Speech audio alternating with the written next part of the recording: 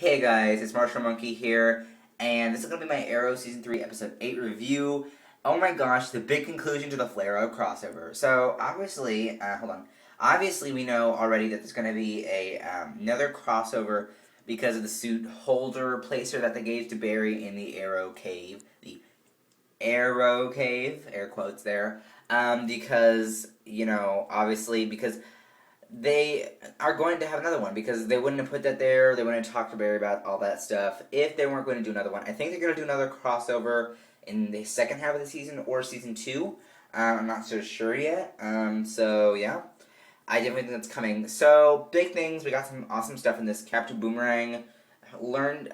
People who haven't read the comics who do watch the show, they learned a little bit about the backstory. I already knew about the backstory, but they learned about the backstory of Harkness, the guy who throws the boomerangs, Captain Boomerang, Australian villain.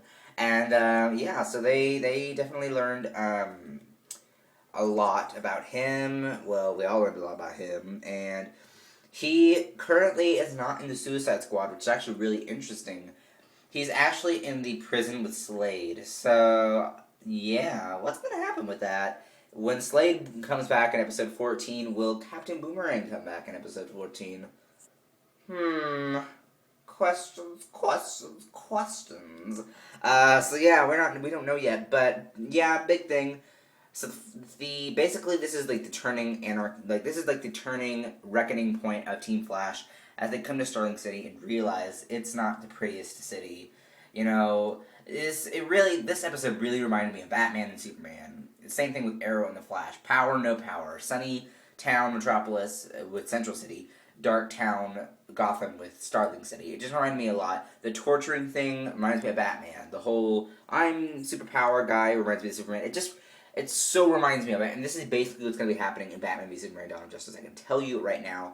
Obviously, they're going to have different plot points and stuff. It's a movie, but still, it's kind of like this summed up in TV form, with different superheroes, I guess. So yeah, and that's happening. So we did learn a little bit more about the Hong Kong flashbacks with how Amanda Waller taught Oliver to torture people, which was actually really cool. So yeah, we saw that.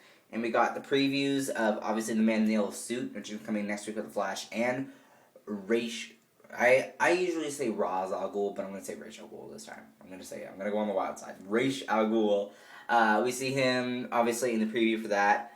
Weird thing, the guy who plays, I'm going to say Ra's again, Ra's al Ghul, he looks kind of weird to me. It's like a weird choice for the role. I remember when Lee Norris took on the role. He was amazing in the Batman films, and Batman Begins. But now they have this guy, so I don't know how I feel about this guy yet. I need to warm up to him a little bit more before I can call him the big bad. Because Ra's al Ghul, however you want to say it, he's the big bad. He is one of the deadliest people ever, really. He betrayed Batman, in that version, so he is cray. I mean, you gotta remember that. I'm definitely thinking, what if they were fighting in that mountain scene, and then Ra's al Ghul was all like, you're as strong as the last guy I trained, to have like a little Batman thing. That'd be so cool. But I don't think they're gonna do that. But anyway, so great things for previews.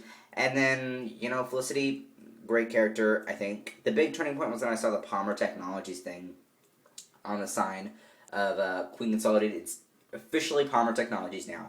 And shout out to Bart Allen from Detective Lance when he's like, Bart Allen? That is the future, it's going to be, Bart Allen is Kid Flash, along the lines, after Wally West. So that was just a shout out to him. I don't think there's any more Easter eggs. The guy who creates Captain Boomerang, the guy who created him, he was on a street name sign, so that's another Easter egg, and I don't think there's any more.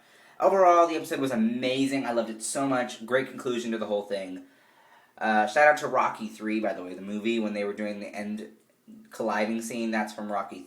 That was a tribute to Rocky 3, because that's the producer's favorite movie. So shout out to that as well. But that's it, guys. Overall, I gave it a great review. It's a great conclusion to the Flare-Out crossover. Hopefully we see another one coming soon in the second half of the season. Twitter and Instagram links down below. Love it so much. And like this video, subscribe, and see you later. Bye.